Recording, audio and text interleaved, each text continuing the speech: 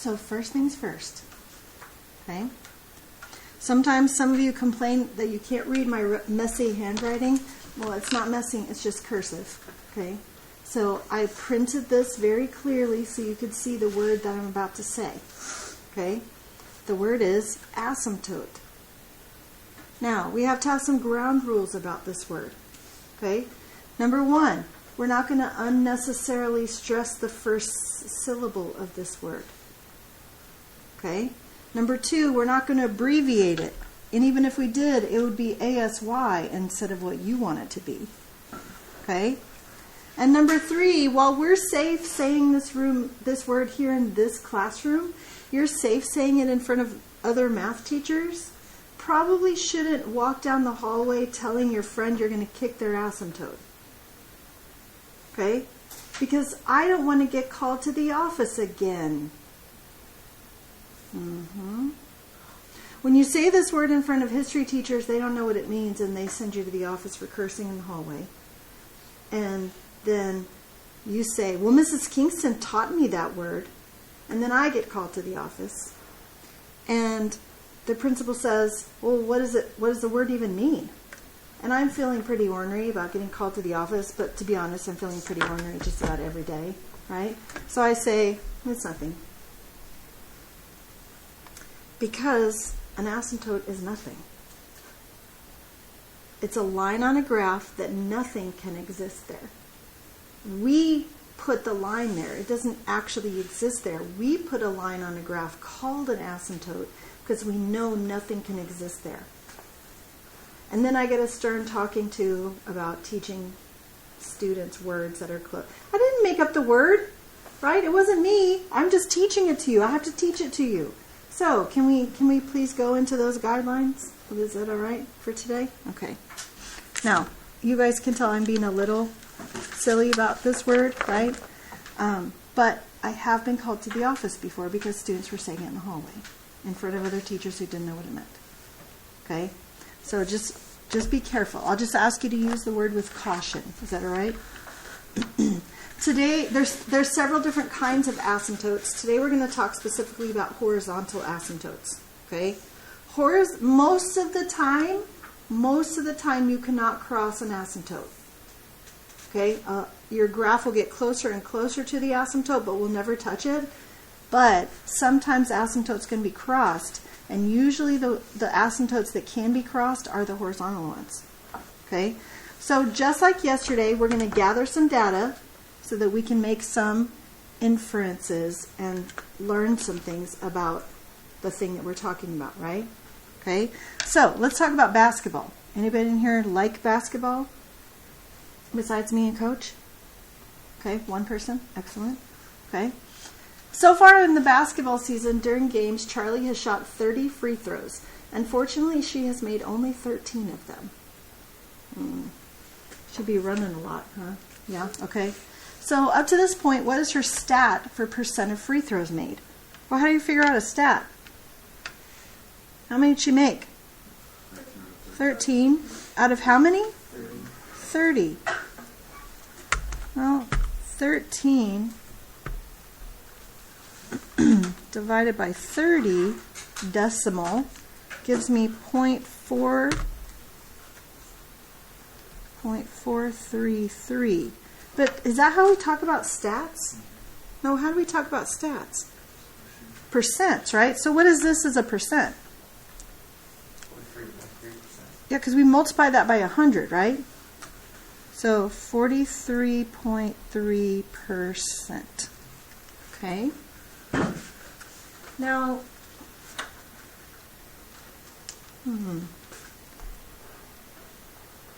after such a poor start, she gets some advice from the coaches and practices daily. If she does not miss another free throw for the remainder of the basketball season, how many consecutive free throws will she need to make before her percentage reaches 80%, 90%, or 100%?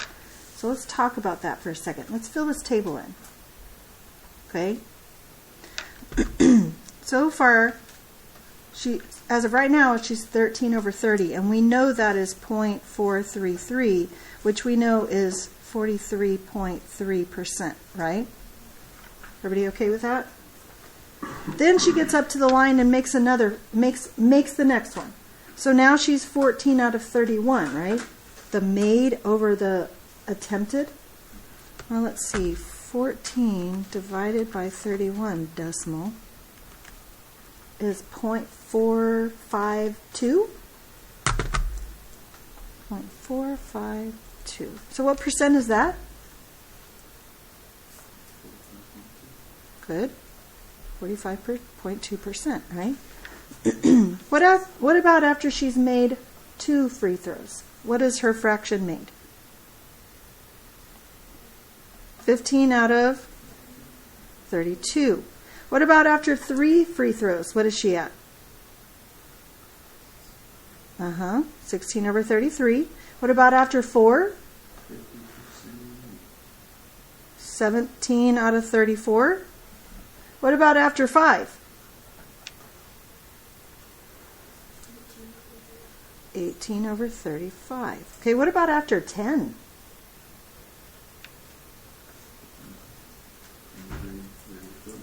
23 over 40. Okay, what about after 20?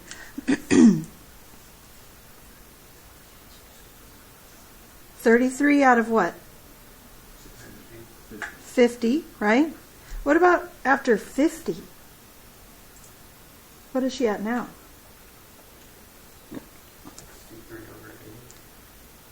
63 out of 80? How are you doing that so fast?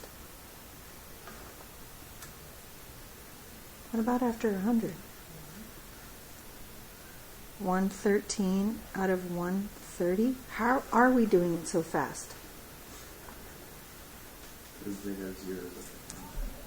Aren't we starting with 13 out of 30 and just adding how many she made to each one of those numbers? So what if her number of consecutive free throws is X? What's the numerator? X plus 13 over what? X plus 30. Very good.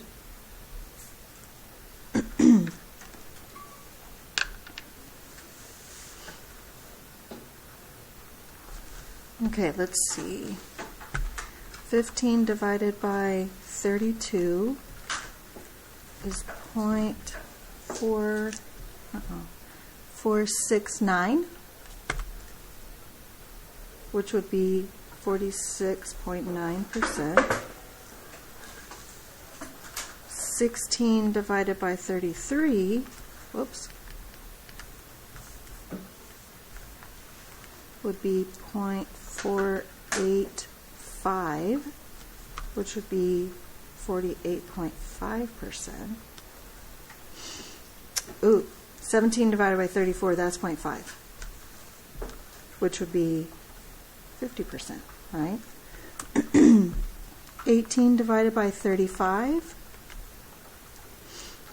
0.514, which would be 51.4%.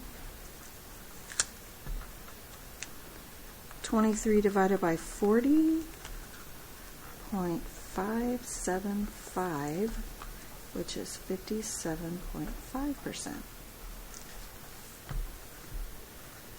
33 divided by 50, 0.66, which would be 66%.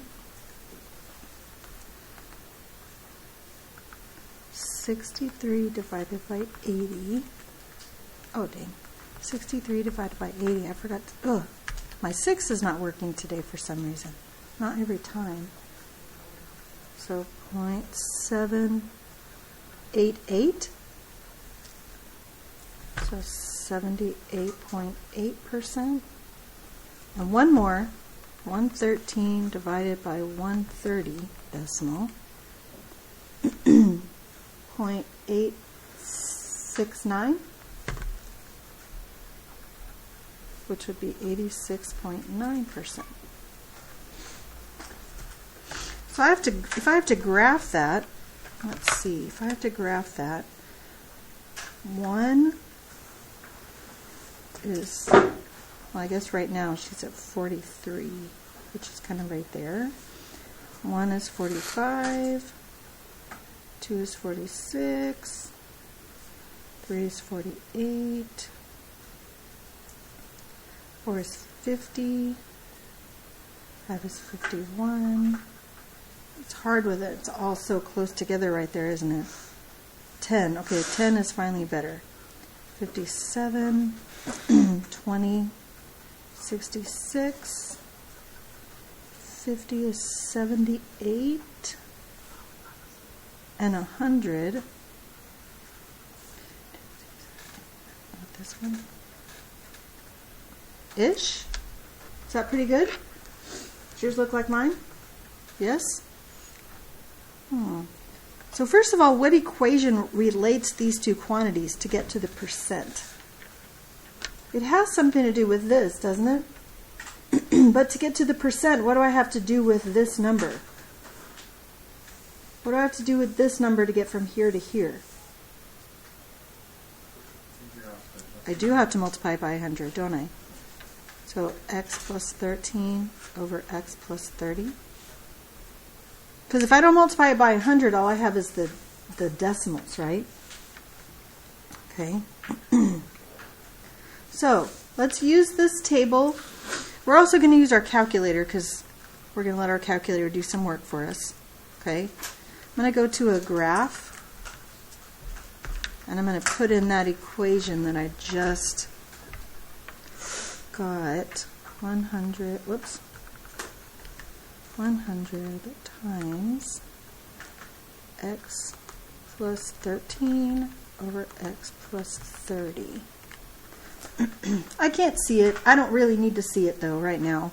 What I want to be able to see though is the table. So I'm going to press Control T because it's saying after how many consecutive free throws will Charlie's percentage reach 80? Can you tell me a guess right now what you think it will be before when it gets 80%? Yeah, it is between 50 and 100, isn't it? Because this is 78.8 and this is 86.9. So let's see how far it takes. I know it's after 50, but not quite to 100. Oh, there it is. After how many consecutive free throws will her percentage reach 80%? 55. 55 free throws. So after, when will the percentage be 90%? Any guesses? It's over 100 for sure, right? So I'm just pressing the down arrow until I get to 90. Whoop. So what is it? 140 free throws. I don't know, Coach, if somebody made 140 free throws in a row, would that be pretty astounding? Yeah? Okay. So, let's see. When will it reach 100%?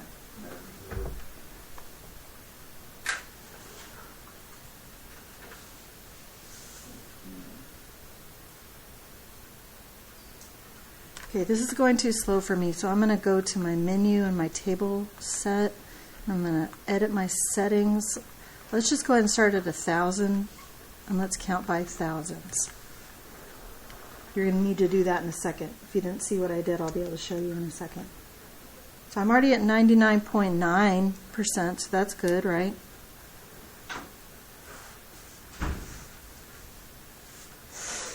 Okay, this is taking too long. Menu, table, edit table settings. Let's count by that. Oh, look, I'm already at 0.9999.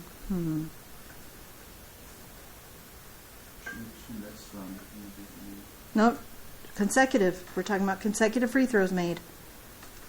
So she's already at 1 million consecutive free throws made.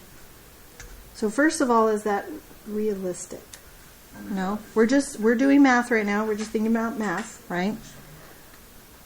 Okay. Oh, this is taking too long. Menu, 2, edit table settings, 0, 0. I got a lot of 9s.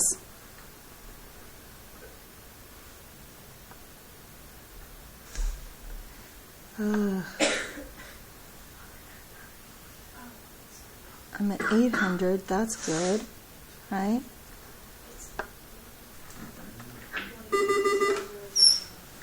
Miss Kingston. Yes? Yes, ma'am? Do you mind being a second period at 10? Yes, ma'am, I'll be happy to. Thank you. Ugh. Tab. Escape. Menu. Table. Edit table settings. Oh, look. I got to 100. So all she has to do is make, oh goodness, 1, 2, 3, 4, 5, 6, 7, 8, 9, 351 trillion? Free throws in a row? So first of all, is that realistic? No. Second of all, is it actually even real? No. Look. Is that 100%? No. What happened? Why is the calculator telling me 100? What did it do? It did. It rounded. It was like, I'm done with this.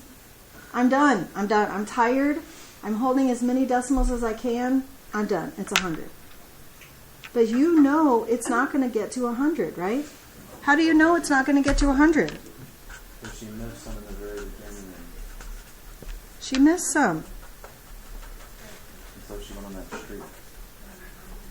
Now after that, right? After that, she's 351 billion or whatever we said it was. If she started there and counted, she can get to 100%, right? As long as she doesn't miss one, she's always at 100%, right? But she can never get to 100. So go back up to this graph. This is what I'm talking about. This right here is a horizontal asymptote. This graph is never going to get up to 100. It'll get pretty close as long as I graph all the way out to x being 351 trillion, right? It'll get close, but it'll never get to 100, will it? Okay? So let's look at this. Often when using rational functions, when you plug in larger and larger numbers for x, the answers for y keep getting closer and closer to a certain value. This value is called a limit. Limits are huge deals in calculus, like a huge deal. Okay? In the basketball problem, what was the limit on Charlie's percentage?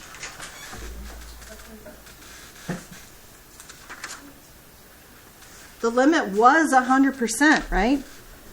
The limit was 100%. That's where she's heading toward, but it's never going to get there, is it? Okay? Graphically, this makes an asymptote. What kind of asymptote? Horizontal.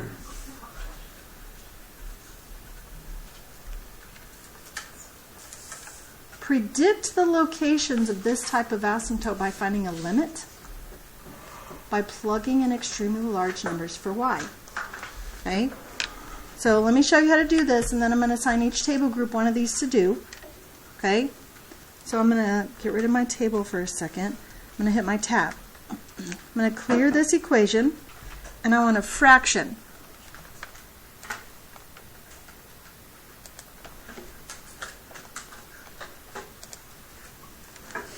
And I want x minus 4 over x minus 2. Now, but if I go look at my table right now, how is it counting? How are my x's counting? Are they counting by ones? Yes. See, 1, 2, 3, 4. How do I want them to count? By thousands, right? So I'm going to press menu, and I'm going to press table. and I'm going to edit my table settings. Where do I want my table to start? 1,000.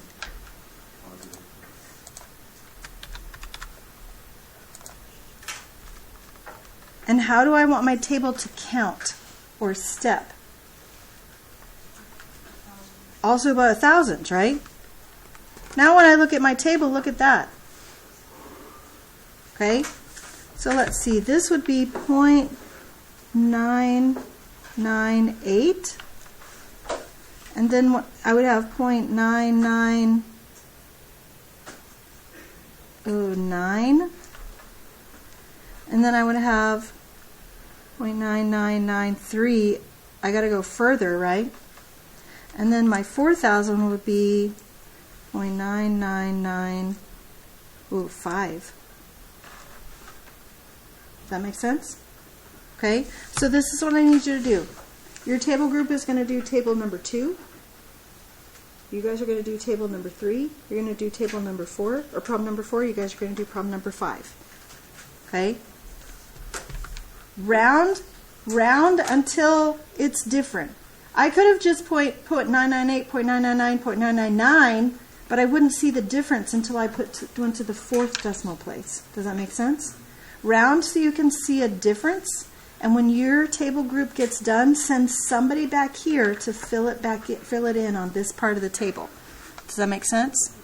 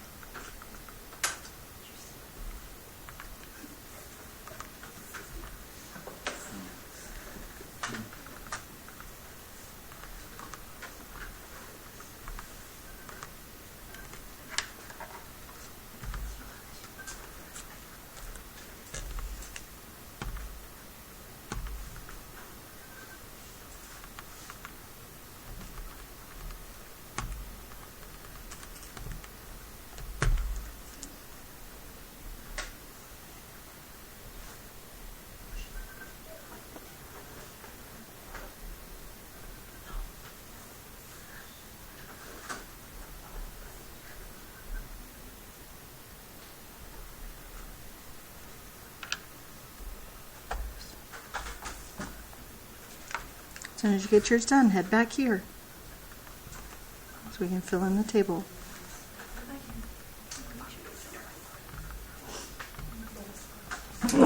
God bless you.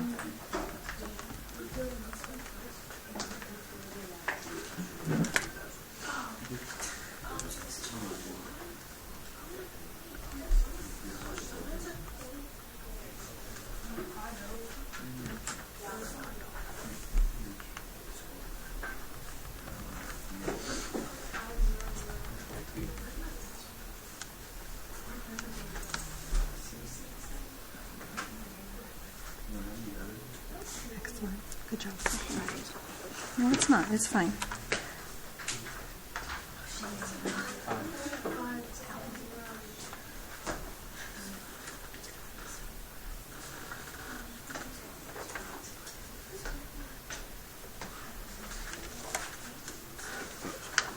Okay. Fill in yours. This one? So fill it in right here.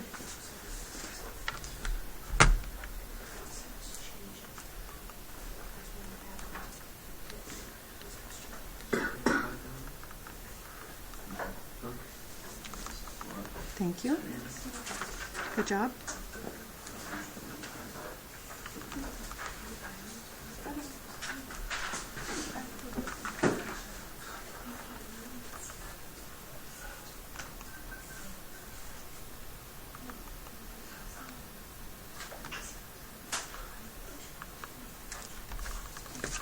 Did we all get more than one table? What? Did we all get more than one table? No. I've been doing the extra ones.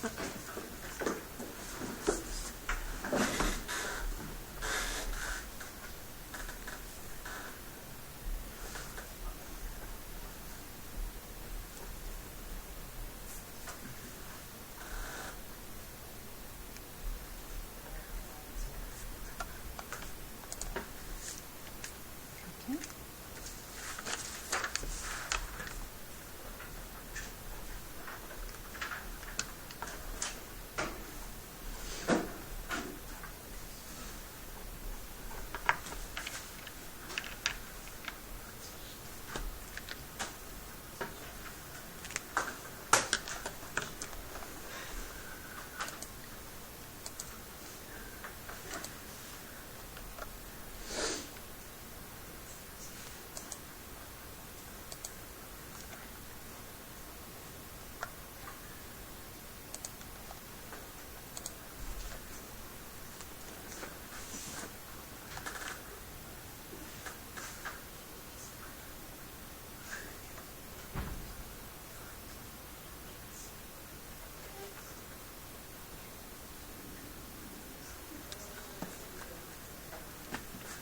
Okay, you got it?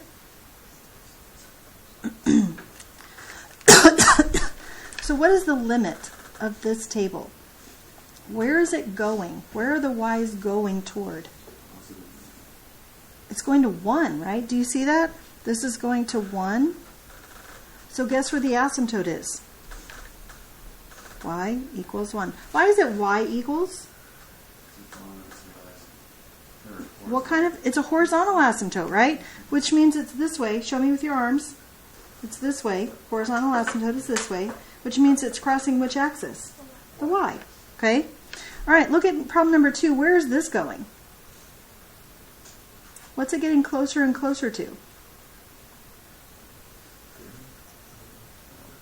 0.5003, 0.5002, 0.50027, 0.500275. It is. It's getting closer to 0.5.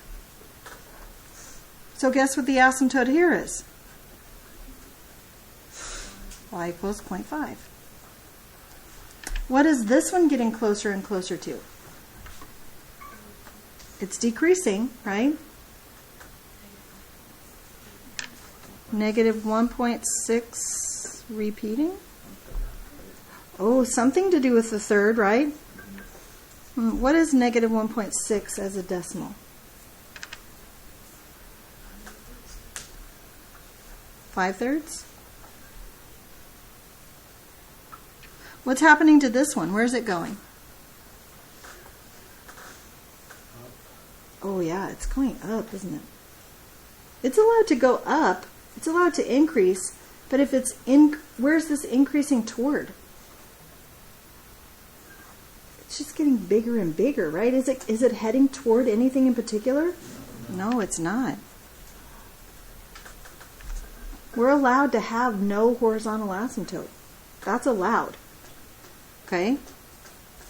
Where's this one heading toward? It is. It's getting closer and closer to 0. What about number 6? What's it heading toward?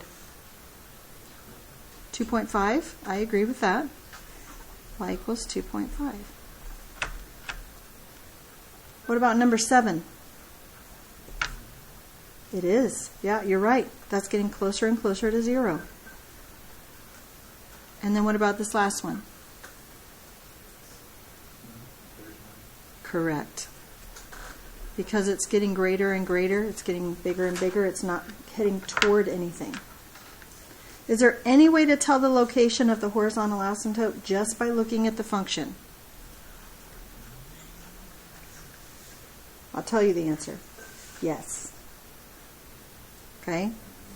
So let's look at these functions. I can see that there's an asymptote at y equals 1 just by looking at this equation. I can see that there's a horizontal asymptote at 0.5 just by looking at this equation. That's what it's asking. Okay?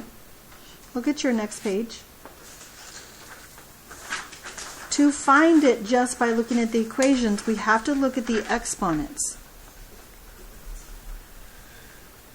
We need to find the greatest exponent in the numerator and in the denominator. In each, the greatest exponent is called the, do you remember what it's called? The greatest exponent?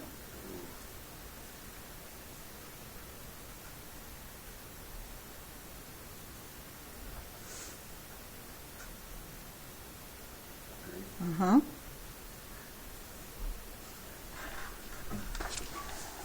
Three possibilities.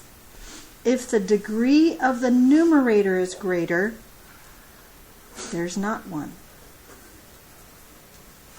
If the degree of the denominator is greater, you have one at y equals 0. But if the degrees are the same, you have to look at the leading coefficient of the numerator and the leading coefficient of the denominator, and it's y equals that number. Okay? So go back right here. What's the degree of the numerator? 0. Well, it's a 1. What's the degree of the denominator? 1. So those are the same. And if they're the same, we have to look at the leading coefficient of the numerator and the leading coefficient of the denominator. 1 over 1. What is 1 over 1? Oh, look, y equals 1. What's the degree of the numerator? 1. What's the degree of the denominator? 1. If they're the same, I have to look at the leading coefficient of the numerator divided by the leading coefficient of the denominator. 1 over 2. What is 1 divided by 2? Well, look, 0.5. What's the degree of the numerator? 1. What degree of the denominator? 1. So they are the same, so I have to look at the leading coefficients. Look at the leading coefficients. 5 over negative 3. What's the degree of the numerator?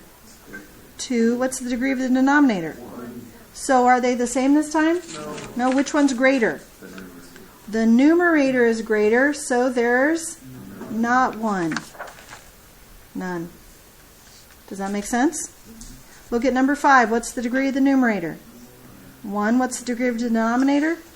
2. So the denominator is greater, so automatically 1 at y equals 0. Oh, look. That's what we said too. So do we have to make a table every time? No, but we need to remember these rules right here, don't we? Okay? So these 4 problems right here are your homework. Tell me what the degree of the numerator is and what the degree of the denominator is. Compare them. Are they the same? Is the numerator greater? Is the denominator greater? And then tell me where the asymptote is. Any questions?